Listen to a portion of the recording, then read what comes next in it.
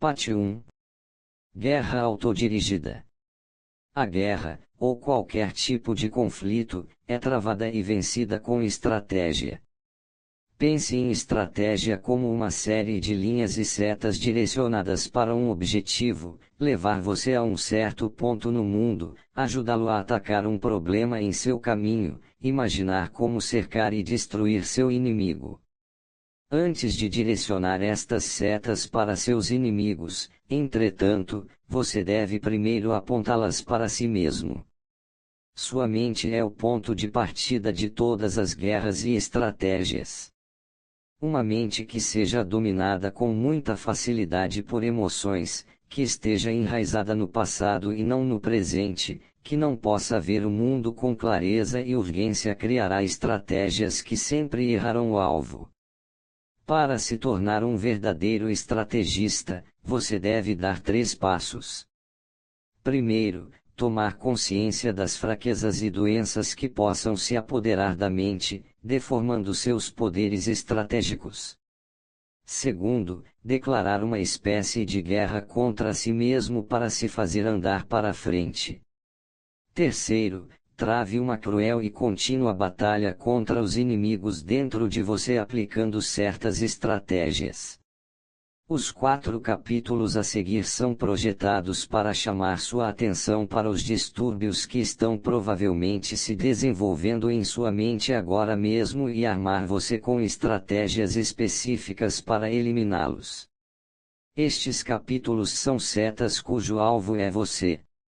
Uma vez tendo-as assimilado por meio de pensamentos e prática, elas servirão como um expediente autocorretivo em todas as suas futuras batalhas, liberando o grande estrategista que existe dentro de você. 1. Declare guerra a seus inimigos. A estratégia da polaridade. A vida é um sem fim de batalhas e conflitos, e você não pode lutar com eficiência se não puder identificar seus inimigos. As pessoas são sutis e evasivas, disfarçando suas intenções, fingindo estar a seu lado. Você precisa de clareza. Aprenda a desmascarar seus inimigos, a localizá-los pelos sinais e padrões que revelam sua hostilidade. Então, com eles à vista, declare interiormente guerra. Como os polos opostos de um ímã criam movimento, seus inimigos, seus opostos podem encher você de propósito e direção. Como pessoas que ficam em seu caminho, que representam o que você abomina, pessoas às quais reagir são uma fonte de energia. Não seja ingênuo, com alguns inimigos não pode haver concessões, não existe meio termo. O inimigo interior.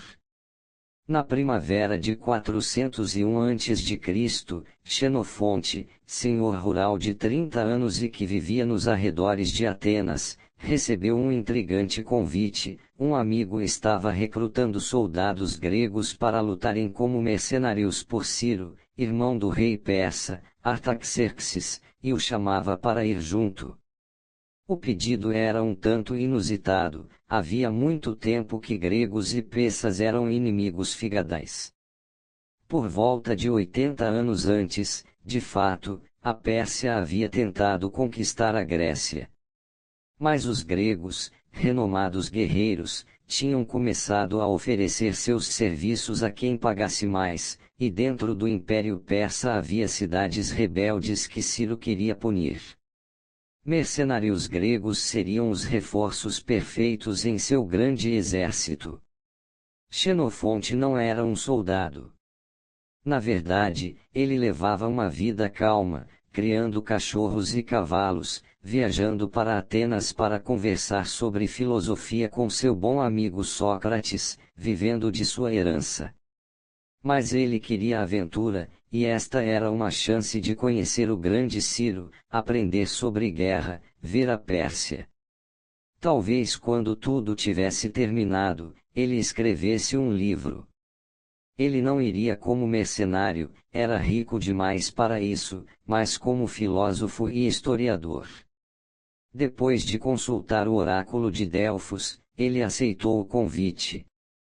Por volta de 10.000 soldados gregos uniram-se à expedição punitiva de Ciro. Os mercenários eram um bando misto de toda a Grécia, que estavam ali pelo dinheiro e a aventura. Eles se divertiram por uns tempos, mas depois de alguns meses de atividade, após liderá-los até o interior da Pérsia, Ciro admitiu o seu verdadeiro propósito: estava marchando sobre a Babilônia, armando uma guerra civil para derrubar seu irmão e se fazer rei. Descontentes por terem sido enganados, os gregos argumentaram e se queixaram, mas Ciro lhes ofereceu mais dinheiro, e isso os acalmou. Os exércitos de Ciro e Artaxerxes encontrarão-se nas planícies de Cunaxa, não muito longe da Babilônia. Logo no início da batalha, Ciro foi morto, colocando um rápido ponto final à guerra. Agora a situação dos gregos de repente era precária. Tendo combatido do lado errado de uma guerra civil, eles estavam longe de casa e cercados por peças hostis. Ficaram logo sabendo, entretanto, que Artaxerxes não estava zangado com eles. Só queria que saíssem da Pérsia o mais rápido possível. Ele até lhes enviou um emissário, o comandante Tissafernes, para lhes oferecer provisões e escoltá-los de volta para a Grécia. Assim, guiados por Tissafernes e o exército persa, os mercenários iniciaram a longa viagem de volta para casa, uns 2.400 quilômetros. Dias depois de iniciada a marcha, os gregos tiveram novos temores. Os suprimentos que tinham recebido dos persas eram insuficientes, e o caminho escolhido por Tissafernes para eles, problemático. Eles podiam confiar nos persas. Começaram a discutir entre eles. O comandante grego Clearchus expressou as preocupações de seus soldados para Tissafernes, que foi solidário. Clearchus deveria levar seus capitães para um encontro em um local neutro, os gregos manifestariam suas tristezas e os dois lados chegariam a um entendimento. Clearchus concordou e apareceu no dia seguinte com seus oficiais na hora e no lugar combinados, onde, entretanto, um grande contingente de persas o cercou e prendeu. Foram decapitados no mesmo dia. Um homem conseguiu escapar e avisou os gregos da traição persa. Naquela noite o acampamento grego era um lugar desolado. Alguns homens discutiam e acusavam, outros caíam bêbados no chão. Uns poucos pensaram em fugir, mas com seus líderes mortos eles se sentiram condenados. Naquela noite, Xenofonte, que tinha permanecido a maior parte do tempo nos bastidores durante a expedição, teve um sonho: um raio de Zeus incendiou a casa de seu pai. Ele acordou suando. De repente percebeu, a morte estava olhando na cara dos gregos, mas eles estavam ali choramingando, desesperados e discutindo. O problema estava sobre suas cabeças. Lutando por dinheiro e não por um propósito ou causa, incapazes de distinguir entre amigo e inimigo, eles haviam se perdido. A barreira entre eles e seu lar não eram rios e montanhas ou o exército persa, mas o próprio estado de espírito confuso. Xenofonte não queria morrer deste modo desgraçado. Não era um militar, mas conhecia filosofia e como os homens pensam, e acreditava que se os gregos se concentrassem nos inimigos que queriam matá-los, ficariam alertas e criativos. Se focalizassem a vil traição dos persas, ficariam zangados, e sua ira os motivaria. Tinham de parar de ser mercenários confusos e voltar a ser gregos, o extremo oposto dos infiéis persas. O que eles precisavam era de clareza e direção. Xenofonte decidiu ser o raio de Zeus, despertando os homens e iluminando seu caminho. Convocou uma reunião com todos os oficiais sobreviventes e expôs seu plano: nós declararemos guerra sem negociação aos persas, nada mais de ideias de barganhas ou debates. Não vamos mais perder tempo com argumentos ou acusações entre nós mesmos, cada grama de nossa energia será gasto com os persas. Seremos tão inventivos e inspirados como nossos ancestrais em maratona, que combaterão vencendo um exército persa bem maior. Vamos queimar nossas carroças, viver da terra, mover rápido. Nem por um segundo vamos baixar os braços ou esquecer o perigo à nossa volta. Somos nós ou eles, vida ou morte, bem ou mal. Se algum homem tentar nos confundir com conversa mole e com vagas ideias de conciliação, vamos declará-lo idiota e covarde demais para estar do nosso lado e vamos afastá-lo. Que os persas nos tornem impiedosos. Devemos estar consumidos por uma ideia, voltar vivos para casa. Os oficiais sabiam que Xenofonte estava certo. No dia seguinte um oficial persa veio vê-los, oferecendo-se para atuar como embaixador entre eles e Ataxerxes. Seguindo o conselho de Xenofonte, ele foi rápida e rudemente mandado embora. Agora era guerra e nada mais. Incentivados a agir, os gregos elegeram líderes, Xenofonte entre eles, e começaram a marcha para casa. Forçados a depender de seu bom senso, eles logo aprenderam a se adaptar ao terreno, evitar a batalha, mover-se de noite. Conseguiram iludir os persas, derrotando-os até uma passagem na montanha-chave e atravessando-a antes que pudessem ser apanhados. Embora muitas tribos inimigas ainda estivessem entre eles e a Grécia, o temido exército persa agora tinha ficado para trás. Levou muitos anos, mas quase todos voltaram vivos para a Grécia. Interpretação: a vida é batalha e lutas, e você se verá constantemente diante de situações ruins, relacionamentos destrutivos, compromissos perigosos. Como você enfrenta estas dificuldades vai determinar seu destino. Como disse Xenofonte, seus obstáculos não são rios ou montanhas ou outras pessoas, seu obstáculo é você mesmo. Se você se sente perdido e confuso, se você perde seu senso de direção, se você não sabe a diferença entre amigo e inimigo, você só tem a si mesmo para culpar. Pense em você mesmo como sempre prestes a entrar em uma batalha. Tudo depende de seu estado de espírito e de como você vê o mundo. Uma mudança de perspectiva pode transformar você de um mercenário passivo e confuso em um guerreiro motivado e criativo. Somos definidos por nosso relacionamento com as outras pessoas. Quando crianças desenvolvemos uma identidade ao nos diferenciarmos dos outros, até o ponto de empurrá-los para longe, rejeitá-los, com rebeldia. Quanto mais claramente você reconhecer quem você não quer ser, então, mais nítido o seu sentido de identidade e propósito será. Sem uma noção dessa polaridade, sem um inimigo contra o qual reagir, você está tão perdido quanto os mercenários gregos. Ludibriado pela traição dos outros, você hesita no momento fatal e passa a se lamentar e argumentar. Concentre-se no inimigo. Pode ser alguém que bloqueie seu caminho ou sabote você, seja sutil ou obviamente, pode ser alguém que o magoou ou que combateu você injustamente, pode ser um valor ou uma ideia que você abomina e que você vê em um indivíduo ou grupo. Pode ser uma abstração, estupidez, presunção, materialismo vulgar. Não dê ouvidos às pessoas que dizem que a distinção entre amigo e inimigo é primitiva e antiquada.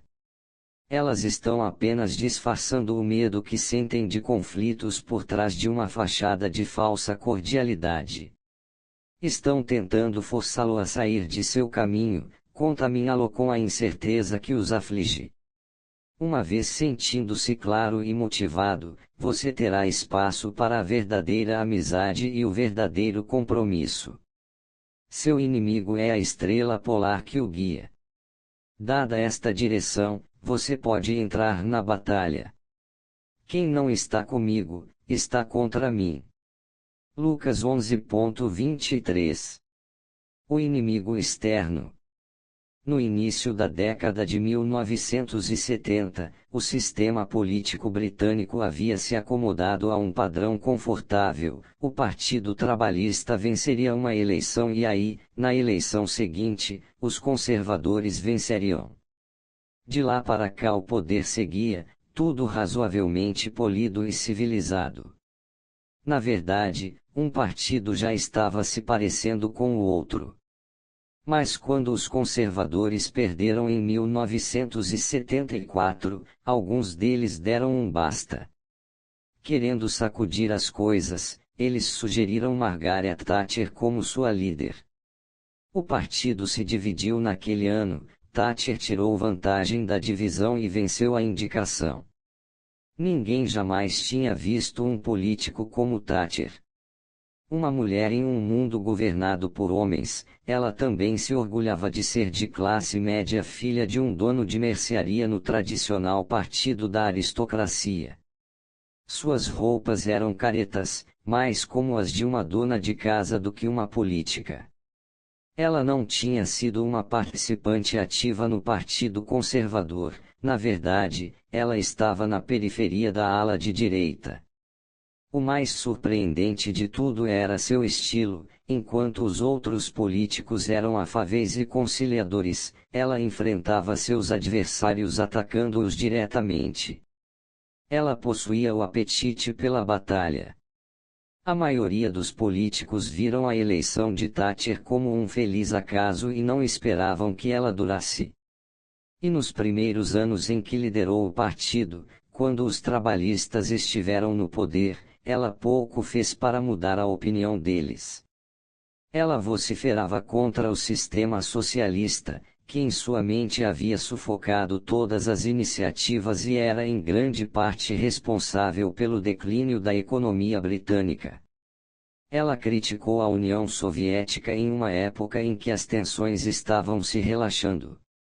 E aí, no inverno de 1978 a 79, vários sindicatos do setor público resolveram entrar em greve. Thatcher partiu para a guerra, associando as greves ao Partido Trabalhista e ao primeiro-ministro James Callaghan. Este foi um discurso ousado, divisor, bom para os noticiários do fim da tarde, mas não para ganhar uma eleição. Você precisa ser gentil com os eleitores, tranquilizá-los, não amedrontá-los. Pelo menos, essa era a sabedoria convencional. Em 1979, o Partido Trabalhista convocou uma eleição geral. Thatcher continuou no ataque, classificando a eleição como uma cruzada contra o socialismo e a última chance de modernização para a Grã-Bretanha. Callaghan era a síntese do político cortês, mas Thatcher o irritava. Ele não sentia outra coisa que não desdém por esta dona de casa arremedo de político e devolveu fogo. Ele concordava que a eleição era um divisor de águas, mas se Thatcher vencesse colocaria em choque a economia. A estratégia pareceu funcionar em parte. Thatcher assustou muitos eleitores, e as pesquisas que sondavam a popularidade pessoal mostravam que seus números haviam caído bem abaixo dos de Callaghan. Ao mesmo tempo, entretanto, sua retórica e a reação de Callaghan a ela polarizavam o eleitorado, que pôde finalmente ver uma nítida diferença entre os partidos. Dividindo o público em esquerda e direita, ela atacou na fenda, absorvendo as atenções e atraindo os indecisos. Ela teve uma vitória de bom tamanho. Thatcher havia convencido os eleitores, mas agora, como primeira-ministra, ela teria de moderar seu tom, sarar as feridas segundo as pesquisas de opinião. De qualquer modo, era isso que o público queria. Mas Thatcher, como sempre, fez o contrário, decretando cortes de orçamentos que iam ainda mais fundo do que ela havia proposto durante a campanha. Conforme suas políticas foram levadas a efeito, a economia realmente entrou em choque, como Callaghan dissera, e a taxa de desemprego subiu vertiginosamente. Os homens de seu próprio partido, muitos dos quais naquela altura dos acontecimentos, havia anos, se ressentiam do tratamento que ela lhes dava, começaram publicamente a questionar sua capacidade. Estes homens, a quem ela chamava de Wets, eram os membros mais respeitados do Partido Conservador e estavam em pânico. Ela estava levando o país a um desastre econômico que eles temiam ter de pagar com suas carreiras. A reação de Thatcher foi expulsá-los de seu gabinete. Ela parecia inclinada a afastar todo mundo, sua legião de inimigos crescia, seus números nas pesquisas de opinião pública caíam ainda mais. Certamente a próxima eleição seria a sua última.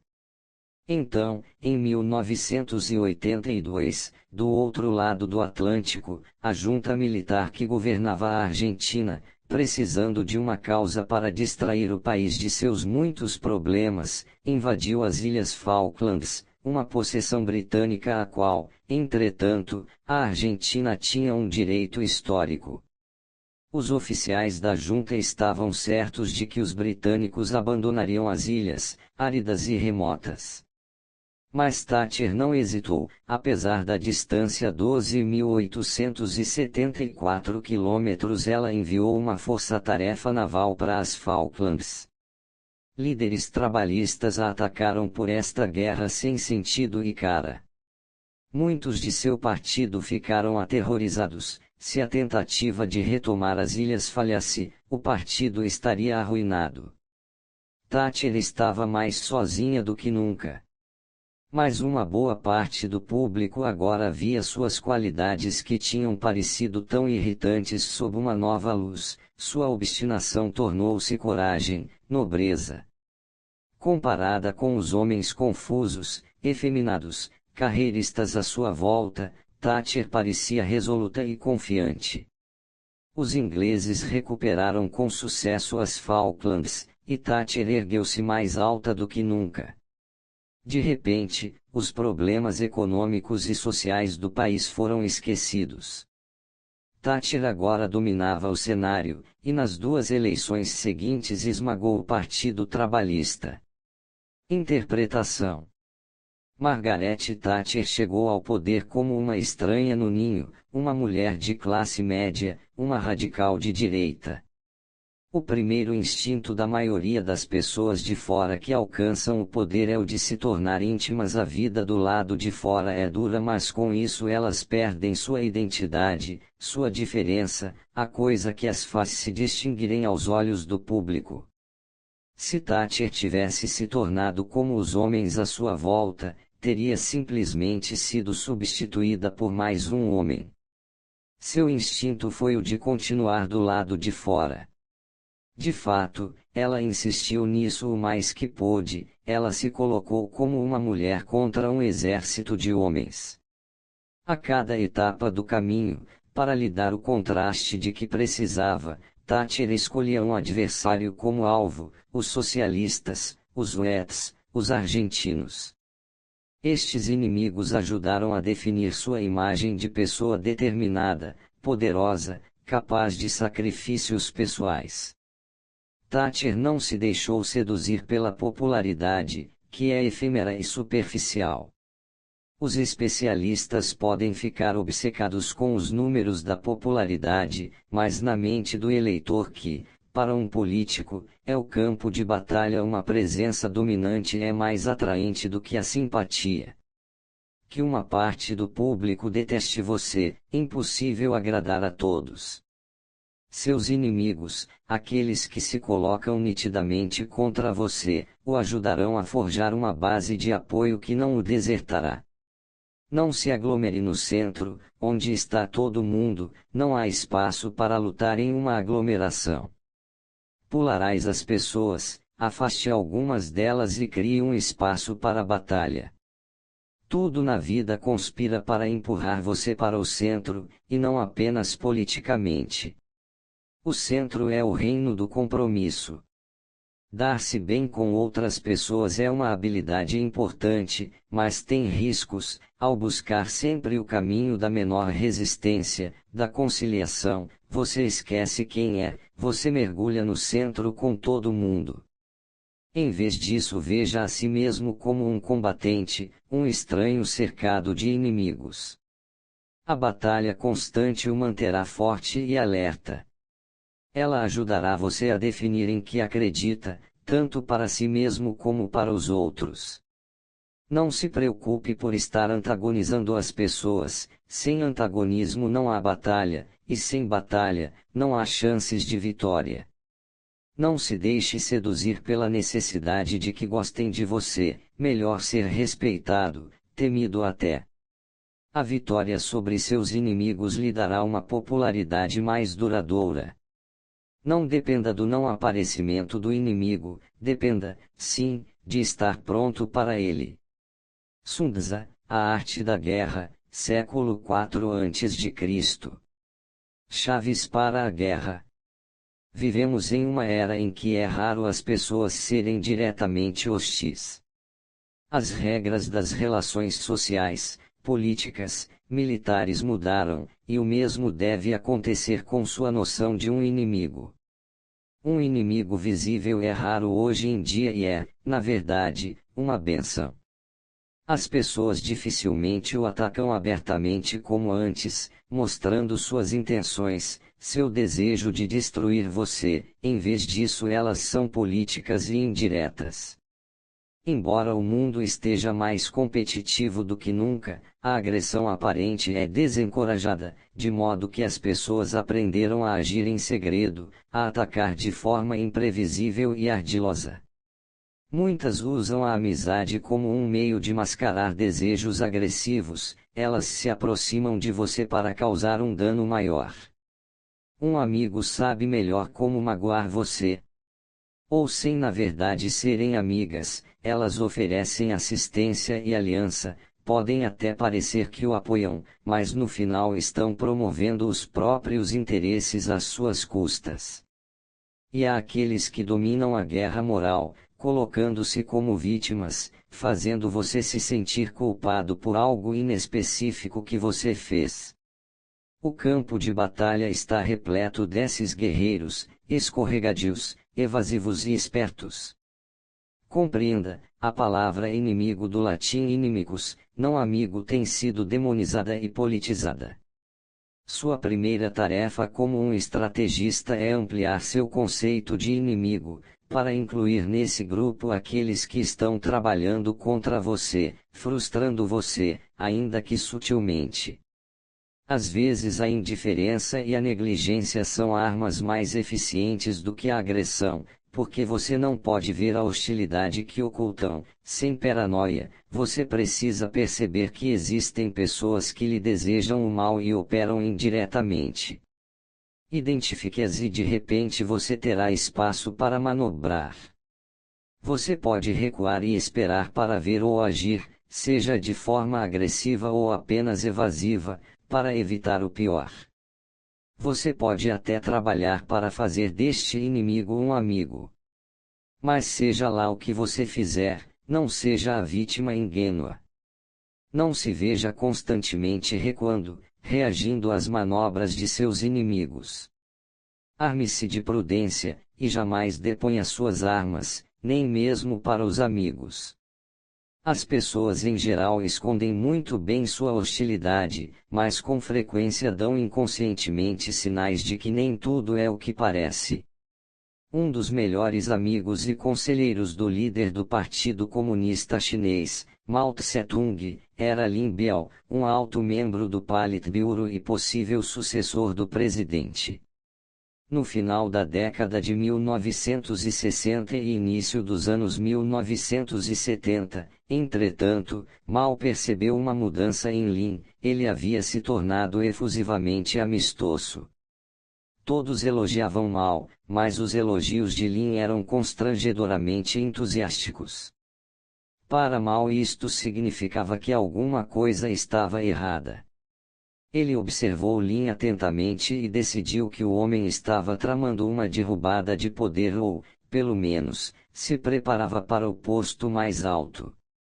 E mal estava certo, Lin estava tramando ativamente. A questão não é desconfiar de todos os gestos amigos, mas notá-los. Registrar qualquer mudança na temperatura emocional, uma intimidade fora do comum, um novo desejo de trocar confidências, elogios excessivos a seu respeito para terceiros, o desejo de uma aliança que talvez faça mais sentido para a outra pessoa do que para você.